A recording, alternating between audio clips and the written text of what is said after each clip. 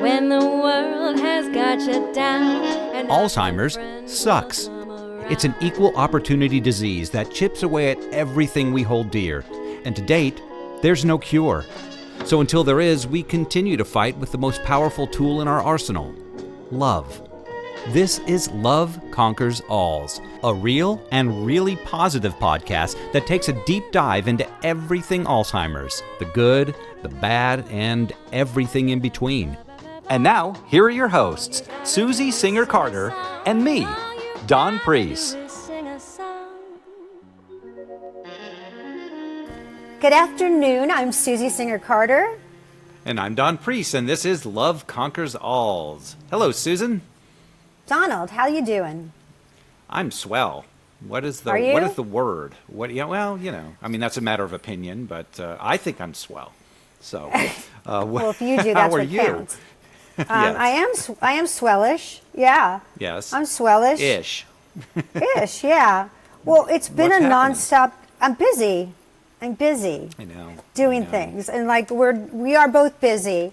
But let's see. We had my two Rugrats for the weekend. I had a 4-year-old, and my 16-month-old granddaughters for the weekend, and I am exhausted, and like the house was like a hurricane happened. Like I don't know what happened. I think is it possible to have too many toys? Apparently, it's not. The amazing thing is, it's literally a disaster area within the first 11 seconds that they're here. They are somehow so they skilled. distribute the toys at a rate that is actually humanly impossible. And yet it's done before our It is very done. eyes. Before our very eyes. But yeah, it's pretty extraordinary and skillful, I might add. Yeah. So, but loads of fun. We had a slumber party. We had, so all those fun things, girly girl stuff, and all that thing. So I enjoyed that. And Yeah. on the business side, we're at the finish line of our documentary, No Country for Old People.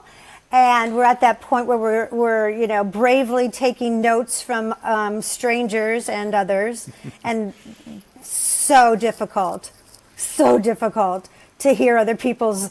It's like writing a book. Like our guest that's going to be on in a couple of minutes. I'm sure he's had the same feeling when people come in and start chopping your baby up, and you're like.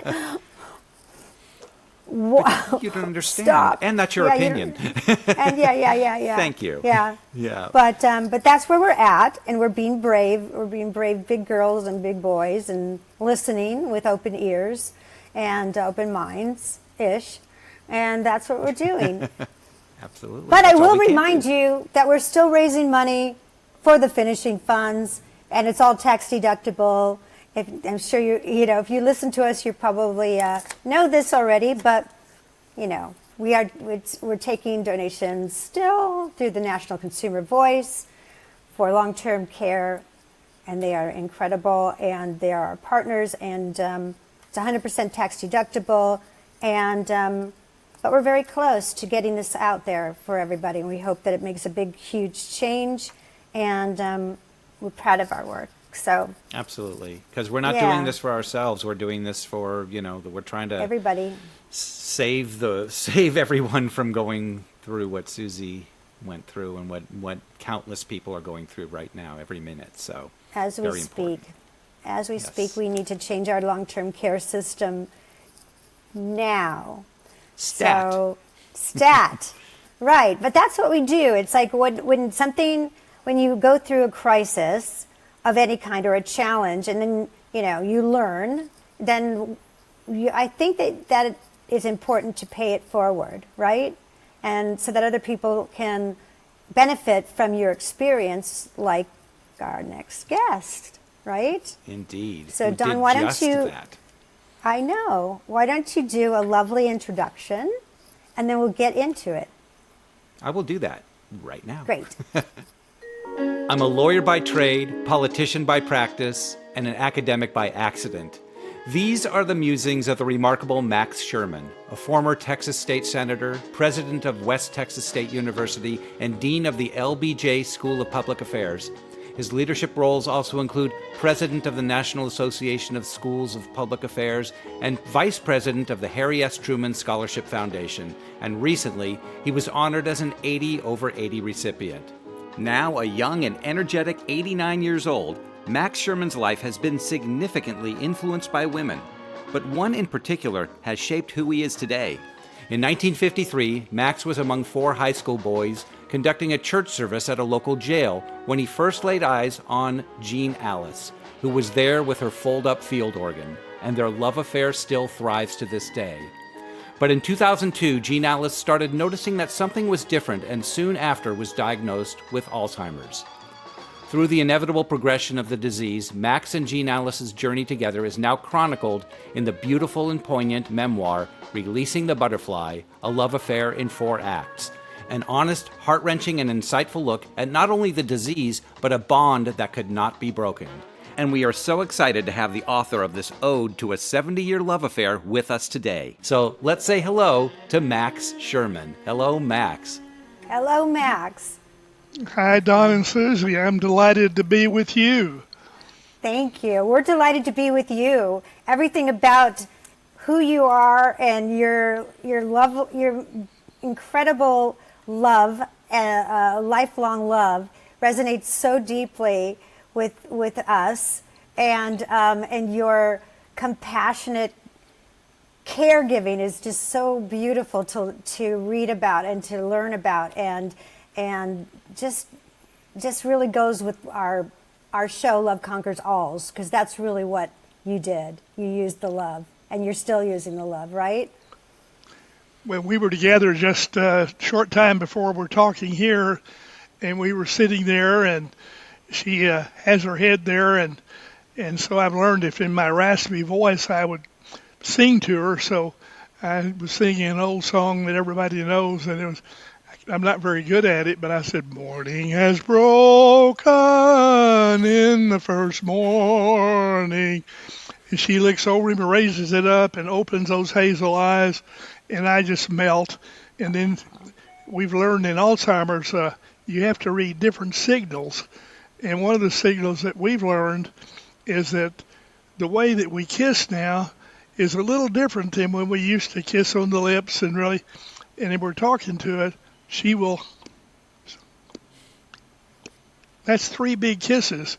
I got 5 of those big kisses this morning after singing that song. Aww. So life still goes on, and it's great. We've learned to make love in a different way, and absolutely every moment is just as precious as it was when we first started. And I had that first little peck on the lips that she gave me when we were just a bunch of kids. Oh, Wow. that's so Definition beautiful. of a silver lining. Yeah, no, it's so beautiful, and it's such a great. You're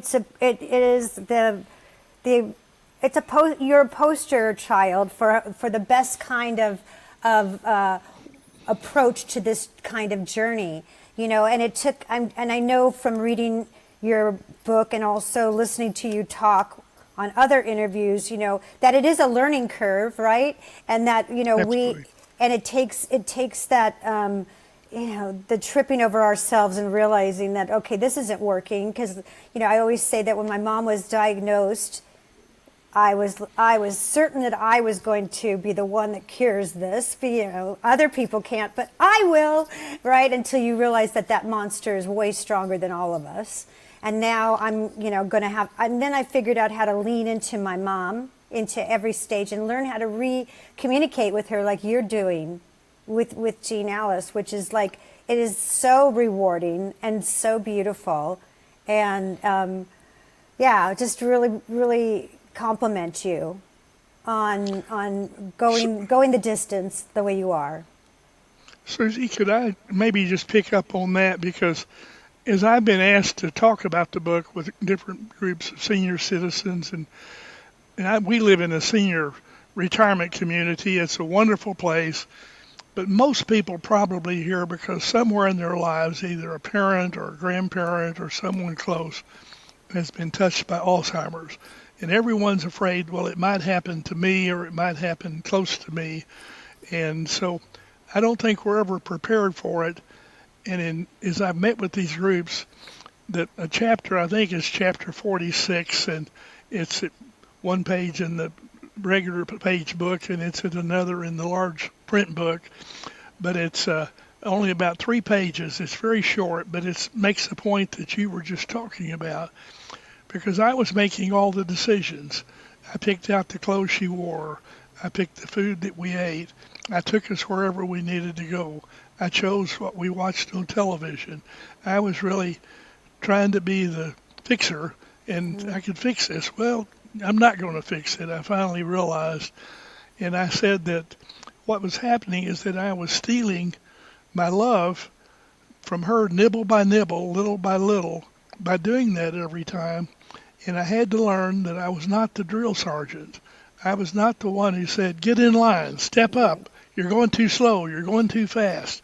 And all of a sudden it just shocked me that all I need to do was just shift gears. Nothing big. It's like making love in the world of Alzheimer's. It's just shifting gears. And mine was, Jeannie, would you like chocolate or vanilla ice cream? Would you like to watch the news, or would you like to watch a musical tonight? Would you like to wear this blouse or this blouse? And almost always she would say, oh, you decide. It wasn't, but the most important thing, the headline of that chapter is she wanted to be asked, because she was Jeannie. She was Jean Alice. She was not a child. She was not a person in the Army under the drill sergeant. She had her unique personality. And that to me is the chapter in the book that was my wake-up call, that I had to do it differently. And all it was is shifting gears. And love making is shifting gears. And the little is a kiss just as much as a big old smacker on the lips. It's a beautiful kiss. I love every one of them. I would not ever take one of them back. And it's different than it was. But you put your finger on it. I love that. Yeah. Wow. Yeah. I think there's a lot of consistency in that journey with people that have, decided to step back and really take a look at how we're interacting with our person, with the person that we love, and looking to find them at the stage that they're at. Like, I could find my mom. I could still, we shared music too. My mom was a singer. And so music became really important, like it did with you and Jean. So I think that, I related to that as well. And that it is, like you said, it's magic. And, it lasts till the very bitter end. And it made my mom so happy. And it really was our love talk. And then we also shared a sense of humor, and so I would always come in with something, to catch her off, and she'd give me that big old smile, like, even when she lost her ability to articulate words, but she was talking to me. I saw it. I knew it. I became the words for her. You bet. Right? Yeah. And there's nothing more beautiful than that, because when we accept the person, and also what you said, like acknowledging that they are still who they are. Their soul is who they are inside, and so we can respect it. We don't need to, but we can, and it's better. Well, you probably had this experience with your mother, but one of the things, even again this morning, when we have these moments where we're really connecting in that way, and all of a sudden she doesn't talk now, but all of a sudden she's really talking, making attempts to talk, getting something out there, because you can tell that you've resonated, you've touched something. And the same is true, and the reason that I started this morning by singing to her is that she's a pianist, she's an organist, she's a beautiful musician, and music actually reaches in, and when those things happen, she responds. In our senior living facility last night, a woman did a series of things on composers and played the beautiful piano, and finished up with the Scott Joplin number. Jeannie used to play Scott Joplin all the time, and I would always ask her, well, play the entertainer. And boy, she would pound that piano and play the entertainer. And probably if we play the entertainer, she perks up and gets up and looks in the mirror, looks at me, and she's right there with you. And I think we don't always grasp the potential of music as reaching into a mind that we don't understand. As I understand it, we don't now know how it all works. We have some ideas, some science has worked on it, but we're still trying to figure it out. But you do know there's certain things that connect, and those are to be treasured. I agree. I loved what you, in your book, and you talk about, there's parts that you spoke about your wife in the beginning stages and her experience of those beginning stages and how she described them. And I always find it fascinating because I used to say, my mom and I were so close, and I kind of missed my moment because I was such in the throes of it, to really sit down and say, what are you feeling? Like, what is this like? And you talked about the fog and that connection, Can you tell our audience, like, that part of it, what your wife in the beginning stages, she really articulated a lot of what it felt like when she would get lost, right?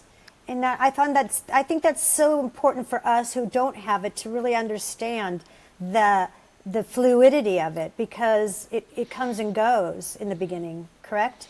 Yeah, well, I think so. I think, she really was the one who put her finger on it about 12 to 14 years before it hit like a tsunami and just overpowered us. She said, we built a new home when we both came to Austin, Texas.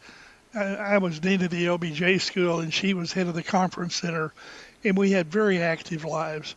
So we, in December, usually had about 5 different events in our home where we had different groups in, from academia, from business, from law, because I was a lawyer in my early days, on and on. So we had these different groups in, large numbers, and the house was built to entertain. And after we sat down to have a glass of wine at about New Year's Eve of 2002, she said, it's the first time that I've had trouble remembering all the names. And she could remember hundreds of names. And when people come in, she would greet them by their names and their first name. And she said, all of a sudden, it's the first time, and it's the first time I've felt the pressure of getting prepared for these events, because she used to just love it, and we had our assignments, and she did put the food together, and my job was to clean the windows and polish the floors and do all that. But she said it's the first time, so we were able to get an appointment at the Brain Health Center in Dallas in 2003 in January, and we went up and they did a two-day evaluation. And so they had all this material, and the main doctor there is a very distinguished doctor at Southwest Medical School, and he's the one that supervised it. And so out of that, we started doing regular checkups, but she would always, every year we would meet with Dr. Hart, and he would ask questions, and he had about 4 interns with him to teach him how to work with people who were struggling with dementia and Alzheimer's. And he's a great, great, great doctor. And so I got a chance to watch it over the years of everything you ask about. And one of the things he said that to me is critical is he said, she should be getting worse, but she's not. She still has impeccable appearance.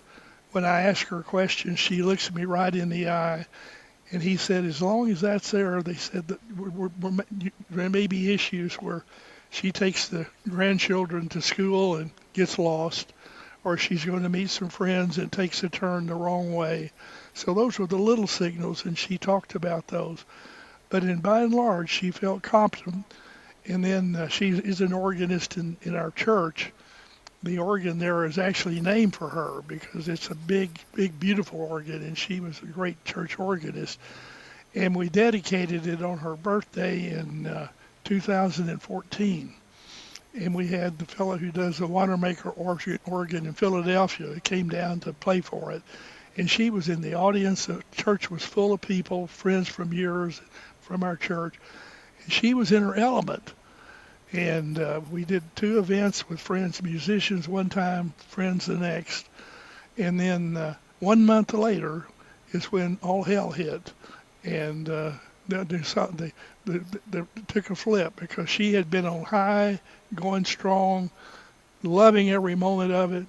And boom, all of a sudden, whatever triggers in the mind hit, and that's when I shattered a femur and had to go to the hospital for 3 or 4 weeks to recover and get back to it. Our kids had to make the decision for her to, and I think it's important for your listeners because I think I am a person who's done things. I am a fixer, and I probably, if I hadn't shattered the femur, we might not have made the move we did for her to have good professional care. I might have tried to put it off and put it off and put it off, but all of a sudden I'm not there, and our kids had to deal with it. So I think that one of the dangers for all of us who are caregivers is that we think we can fix it. And I will have to admit, I plead guilty, I plead guilty, I plead guilty. I thought I could fix it. And all of a sudden I had to realize I could not fix it. But I had to live with it. We had to live with it. We had to love with it. And your program is about love. Love is so critical, absolutely critical to how you deal with the person who's struggling as you're struggling. In many ways, we both thought that maybe life was over. And maybe I'm talking too much, but the very first thing I wrote, I'm in hospice. I'm on a deathbed. My family's all around me because I thought our lives were over.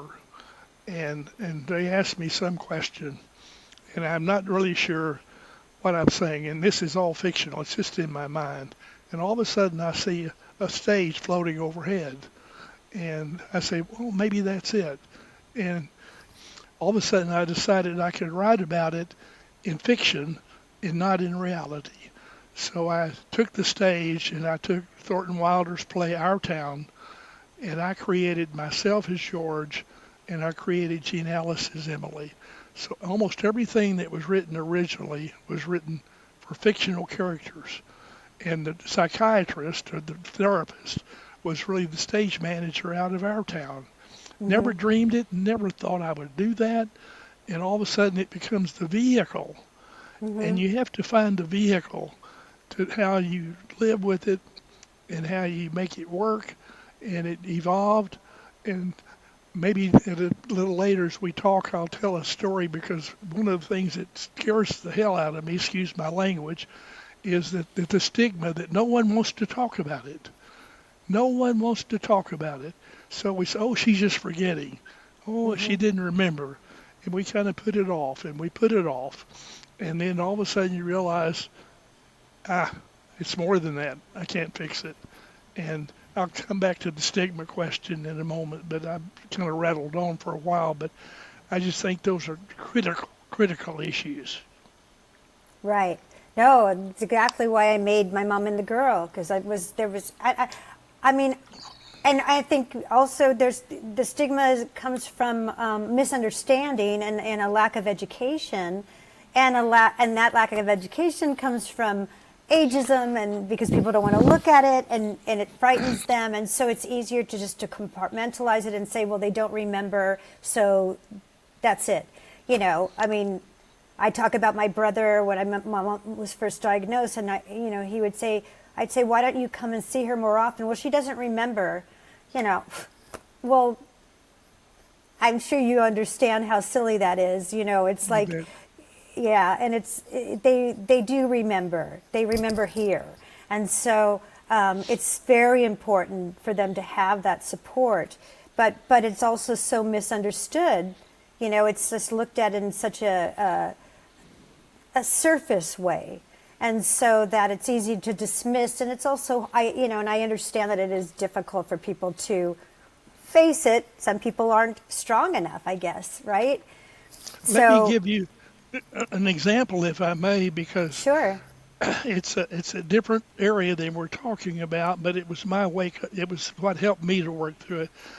I was asked to moderate a panel between Bill and Judith Moyers and their son Cope, and it was at the LBJ Library here in Austin, at the LBJ School and LBJ Library, and we had 1,000 people in the audience, and they were in there, and the issue was to talk about addiction and how people become addicted because Cope Moyers had become addicted, almost died in Harlem in a crack house, and he's written books about it. It was all there.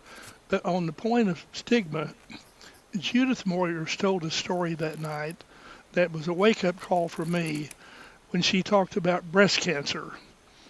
She said for many, many years, no one would talk about breast cancer. And all of a sudden, people did. Betty Ford, Gerald Ford's wife, talked about having breast cancer. Judith Moyers talked about having breast cancer. So what happens today? We have 6 granddaughters. No grandsons, all granddaughters. We have one more in the hopper right now, a great-grand coming. Another girl. We have all these girls. What did those young girls do? 2 of them have just finished college the last year. They come out and put fundraisers on. They put on their pink sweaters, they pink shirts, and they have a month, and they dedicate it to raising money for breast cancer. And there was a time when no one would talk about it.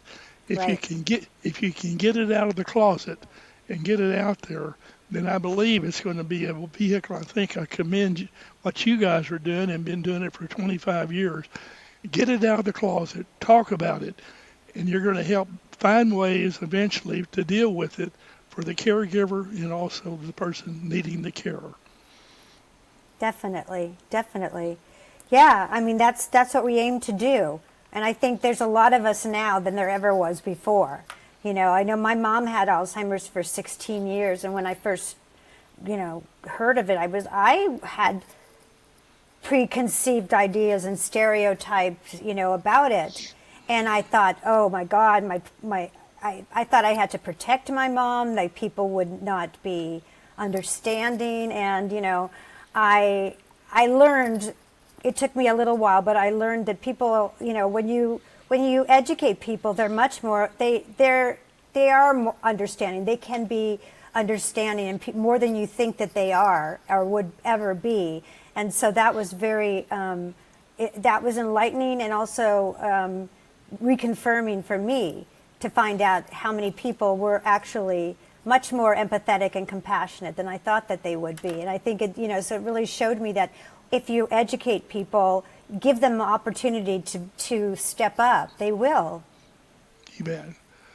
I think it may be in the book, but another wake-up call for me is that when Gene Ellis was first down there, I was told to follow and I'm a lawyer. I've given a lot of advice to people that they didn't follow, and then they got in trouble, and then they really needed me, and I made a lot more money, but because they didn't follow professional advice. So when I was advised not to see Gene Ellis when she went down to memory care, so for 3 months, I did not see her. 3 months. And later when COVID comes along, we go 6 months without seeing each other, 6 months. It's one hell of a life to have to live through. But on the first go-round, I called every morning at 10 and every evening at 6. And what I was told would happen, happened. Oh, Max, you've got to come and get me. I shouldn't be here. I should be with you. I can get my clothes packed. I can be with you. And there's a story in there by a judge who had with his mother. She wanted to be with. So you have to learn to let it happen, let her realize that is her home. We still are there every moment in love and spirit, but you have to learn that that's where she is. But when I could go down, there were 3 women who sat in wheelchairs, and they always had their heads down. And you thought, well, they're non-compass or they're sleeping or whatever. And we had a little Shih Tzu dog. And so the church organist in our church got her to go down and play the piano with him one time when she was much earlier in her stages. And so they're playing the piano, 2 of them sitting side by side in the activities room. And I'm sitting by one of those women who never raised her head. Have never seen her raise her head. Do not know when she could raise her head. And I'm holding this little black 11-pound Shih Tzu dog in my arms. And all of a sudden, someone is petting the dog. There's a hand petting the dog. And I'm scared to death. I have no idea what's going on. And it's that woman who did not raise her head. How she knew that dog was there, I do not know. But there's something going on in the mind of all those people that we do not understand. And I think if you can allow yourself to experience the mystery of not knowing, because we're people who want to fix things. But if you can allow yourself to experience it, let them pet the dog. All of a sudden, they pet the dog. All of a sudden, the music comes on and they pop up and the head comes up. They heard a music they didn't know. Or if they like visuals, maybe they see a picture they didn't know. So be open to the possibilities. I just think it's a critical aspect that I've learned is be open to the possibilities of the unknown. Right, right. That's such great advice. How did you find, how did you personally find your strength during all of this, like resilience? Because, it can be really just debilitating at times, when the disease can manifest in different ways, and as much as we love the person and we're trying to understand, but there's agitation, there's these kinds of or even just simply like not recognizing you for a second, or not. I remember my mother saying when I had her, when she was living with me, and look, my daughters were there, and she said, "Oh, I'm sorry, you have friends over. I won't bother you." I was like, "Mom, these are your granddaughters." For that moment, she didn't see them as granddaughters. She saw them as my friends. And so those are things, right, that you have to figure out, how do we... And that's heartbreaking. It is. How did you find your strength? Well, the way that releasing the butterfly starts is that we're sitting there watching television, and when we've had a glass of wine, and we've just had a good evening, and all of a sudden she looks over at me and says, "What are you doing here? You shouldn't be here. You're not my husband." And she just exploded and starts rushing to the door, and I have socks on. That's when I shattered the femur and had to go to the hospital. And we were in a favorite place of ours in Montana, and we rushed out to see the birds fly. And all of a sudden she looks at me and says, "Who are you? What are you doing here?" So those are moments that would crush you unless you didn't know. And I think it's the great thing about your program. Love conquers. And I think if you realize and you reach out with love, because in the next moment she says, "Would you hug me? Would you give me a kiss?" And it's not the end of the world. It's a moment. It's a moment that, and you just have to know it will pass. That's and right. There'll be more, but you can't let it define your relationship or who they are. Or define the person, right? Yeah. Because I remember telling my mom later when she was, out of the agitation, saying, "Mommy, that hurts the girl's feelings." What did I say? I'd tell her, "Oh, I would never say that," and she would cry. It made her very, very upset. So, number one, note to self: never tell Mom again when she did something, because that was hurtful. She can't help it, right? And so, yeah. I think that's an excellent point, because I think we all, you remember so and so, or you haven't seen this, or what. You just live in the moment, and you realize that. And my judge friend, he wrote the deal. I learned the value of the little white lie. When I was talking to her on the phone, and she wants me, "You got to come pick me up." I said, "Well, I'm still in rehab. I mean, I've got to get my leg fixed, so I've got a doctor's appointment." I didn't have. It was a lie. And then I have another friend who came in. Didn't make it into the book, but she would always, her husband was in dementia, Alzheimer's for 8 or 10 years. She would come in every week and get his clothes and get them cleaned and pressed and everything. And one day she brought them in. Well, I'm not wearing those anymore. Those are not my clothes. And she was just stunned. And all of a sudden, the light flicked in her mind, and she says, "Well, let me get some more." She walks out in the hall, waits for about 2 minutes or three, brings the same clothes in, and he hugs her and kisses, and it's okay. So you begin to realize that this moment may be hell, and the next moment may be resurrection.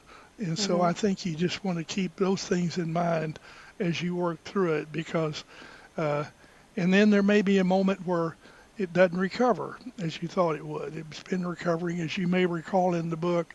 We have talks, and we're having good visits, and we have breakfast, and we have meals, and they go on, and all of a sudden it begins to deteriorate. It's not going to be a long meal, and all of a sudden, instead of a 45-minute meal, you know it's going to be 5 minutes, and you better call the helper to come and take her back to memory care. And so it evolves both negatively and positively. And I think on the positive side is what we're having right now. We meet every morning and every afternoon, twice a day, and some moments aren't as good as others. You don't want to expect today what you had yesterday. And I think it takes, for the caregiver, it takes the ability to let go. Right. And just to let go and expect the impossible. And, whenever the curtain comes down, it's down, and that's okay, and that's where it will be. But I think up until then, you say, the curtain may come up tomorrow. It may rain tomorrow. The butterfly may fly tomorrow. And so hold open the possibility.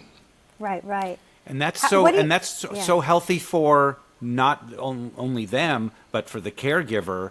It takes out that insanity, which you feel like sometimes you're in. It's like it's taking away all expectations of what should be, of what's going to come next, what makes sense, taking all of that out of the equation, and that takes away all of that confusion that the caregiver goes through, and frustration, and therefore, and your attitude now, they can sense that. They can sense when you're upset or agitated, and so it's a win-win for everybody. Yeah. I had to make a little talk recently, and I can't do it from memory too well, but a very good friend of mine, he's president of a small liberal arts university, and his father was a oil field worker, not a writer, and he read the book, and he determined that out of that his mother had a variety of Alzheimer's, and he had taken care of her for years. She's now been dead for a long time. So here's this father who has never written anything. He writes 2 beautiful poems that he talked about. One was going to the doctor, and how it wasn't his experience, it was hers, probably from 20 years before when he took her there. He was putting it into a poem, and then he talks about what it is to be in that. And so all of a sudden you just realize that even the caregiver who's lost a spouse lives with it after it's over. So you've got to be prepared to allow for that possibility too, because you may not. Right now, we're fortunate. We're both alive. I'm 89 and Jeannie's 86, and we've been married almost 63 years, and we still are together. But when we're not, we're still together. And I think that whatever your religious belief is, there's some way that mystery takes place, and you still have that beautiful love that held you together, keeps you together, will hold you together. And I think that's extremely important. Right. Yeah. And to Don's point, it's like it really is the epitome of living Zen, because you're living in the moment, and that and really on a spiritual level, that's really the highest way you can live, is to live in the moment and enjoy each moment, and because that's all we have is this moment, this moment, this moment. And so, and as hard as we try to hold on to it, it's gone, right? So we can only just keep that moment that we are in now and treasure that. And because my mom, I've said this before, but my mom, when I would go to visit her, even in her late stages, and I'd say, "Mommy, how are you today?" And she'd go, "I am great. I'm alive, and the alternative sucks," right? So, because she loved life, and she was very much in this, and I thought that was such a beautiful sentiment, because it is really, it's beautiful to be alive. It's a gift, and here we are, the three of us, and we are communicating, and and this is what it is. It's now, and that's what it was with my mom, and that's how it is with you and Jean Alice. That you go in and you just embrace it for that. Susie, you'd probably take the worst moment. You'd probably take the worst moment with your mom right now, wouldn't you? Over not having her. You have to realize that when you're also experiencing those horrible moments, that this is better than the alternative. Let me share one experience, because we've been here now 13 years, and it's an absolutely fantastic retirement place. And so, but memory care, we've had friends and people who've been there that are no longer with us. And I think it's not only you and your mom and me and Jean Alice, but you also could be available for some of the other people there that may not have you and have me. And I think of two instances of people that I got to know, because I would never have known them had I not been in the same area that my wife was. And so on two different occasions, they were both women, and I only knew them casually from being down there, and they had been ill. But what I remember so vividly is one of them, both of them in different ways, but similarly, is that they weren't talking, and I wasn't her husband, and I would hold a hand, and as I would talk, she would squeeze my hand. She would squeeze my hand. So even though I was a stranger in one way, I was there, and I think that it's not insignificant to be there not only for your mom and not only for me to Jean Alice, but to be there for others who may be there, maybe for the caregiver. We're talking about it because we can. There are a lot of caregivers that can't and don't, and they may just need someone to hold their hand and to be there. And I think that's where ministers and priests and people of all various backgrounds who help people is just to be there in the presence, and maybe to hold the hand and feel it squeeze and say, you knew something was going on, because if I was just jabbering. I know how to jabber. And all of a sudden, she squeezed my hand. So I think the squeeze of the hand is a very good symbol, because it tells someone is there. There's someone there. Yeah. Oh, 100%. Human connection. Yeah. I mean, and that's the way, that's the language, right?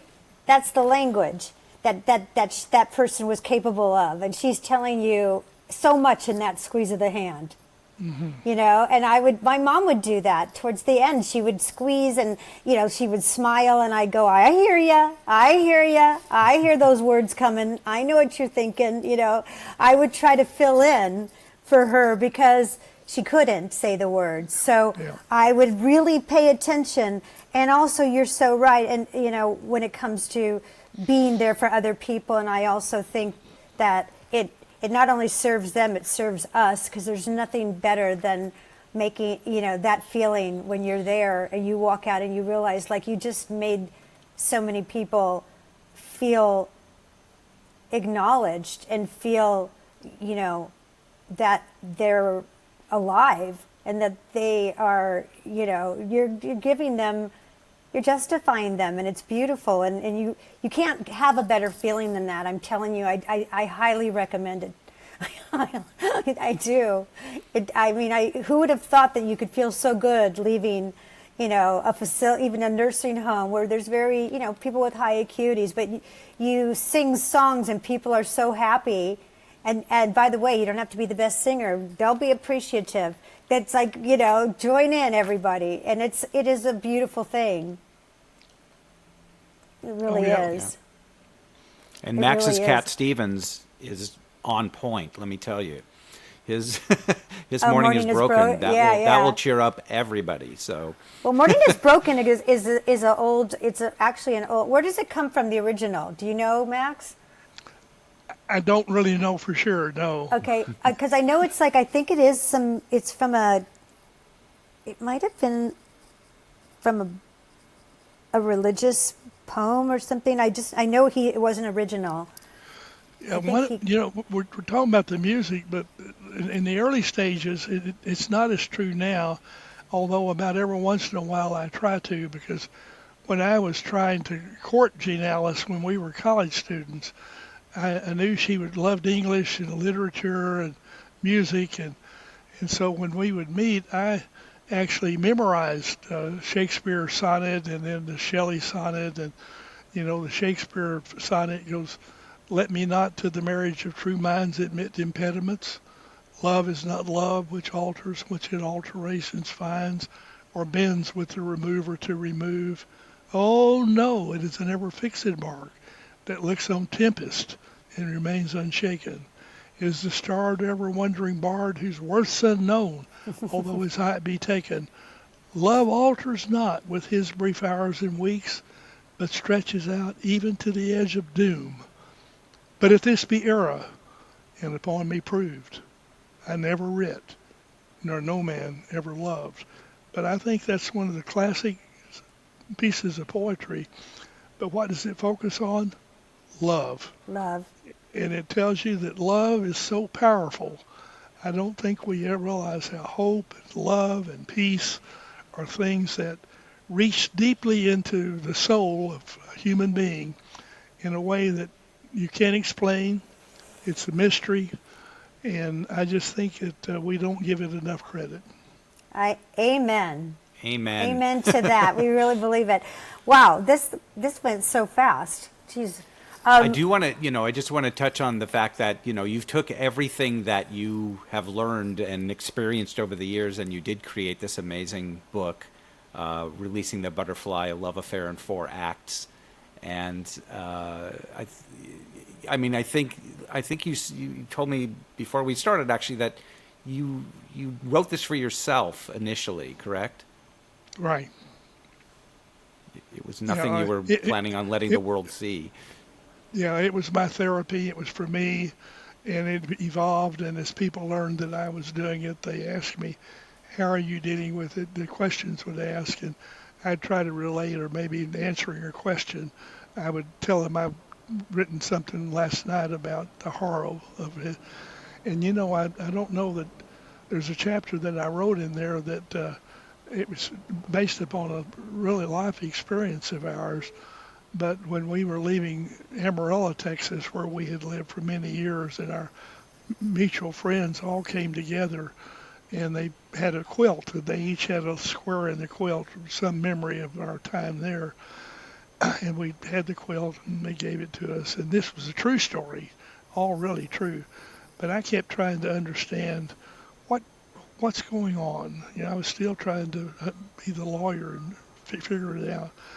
And so we take the quilt and we fold it up and take it out to our little Volkswagen and put it in the back seat. And I reach in to get my car keys, and I don't have them. So I think, well, these are our very close friends. We've been here. I'll go back in. They're probably on the floor somewhere. And so I go to the door, and all the lights are out. No one answers the door. No one hears the knock. There's no one there. And that was my fictional way of trying to understand where Jean Alice was. And I thought that would be one hell of a position to be in when there's no one there. And what we're talking about here, and we've talked about the last several minutes, it's absolutely critical to be there, for someone to be there. Mm-hmm. Because in that mind, which I don't understand, I'm not a scientist. I've read tons and tons of stuff, but I'll never understand it. But I think it's the horror when there's no one there. And Susie was there for her mother. I'm there for Jean Alice. I was there for two strange women that I didn't know well except casually, but to hold the hand. And so I just think that that's something we do not want to lose. I agree. I agree wholeheartedly. That's a beautiful metaphor that you just said, because that is, I mean, it is the to think about knowing you forgot something, but then not knowing where it is or what it is. That, you know, I think at some point in Alzheimer's it becomes what is it even, right? And then having no one there to help you through that is so frightening. It, you know, that, I mean, I get frightened. I'm sure you have the feeling too, if you forget a word or you forget something that you know. And, you know, I as the daughter, the genetic daughter of my mom, I think, it's happening. That's it. That's all. And my daughters have to remind me, Mom, we forget every day. Don't worry. We forget things every day. Yeah. You know, so, but, you know, just imagine if you were in that situation. I agree with you. How frightening it would be to be alone. Yeah. It would be so frightening. I agree. You're a tremendous human being. Well, I'm glad to get to know you. I've had a lot of good opportunities. We're blue-collar kids who grew up in a blue-collar town and have had opportunities we never dreamed we would have. And this is one of them. We never dreamed we would live this long.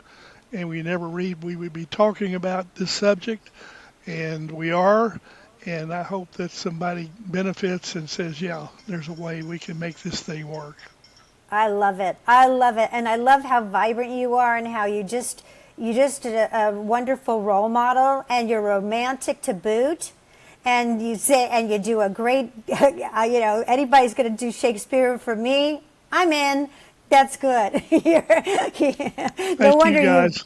Of course, of course. Is there any last piece of advice that you want to give the audience if they are dealing with somebody, or maybe at the beginning stages, something that you've already dropped a lot of beautiful things, but if anything else you wanted to say before we say goodbye? I would just say that I think we undervalue the value of a great, big, old, genuine hug. Just hug me. Put your arms around me and hug me. Yep. I'll go with that. Well, you've hugged us today. I mean, Yeah. you have. You've hugged us and our whole audience, I tell you. Definitely. Definitely. You can just feel it. You just emanate love. And that's, you know, that's everything. Yep. It is everything. And that's why, you know why, Susan? Well, that's because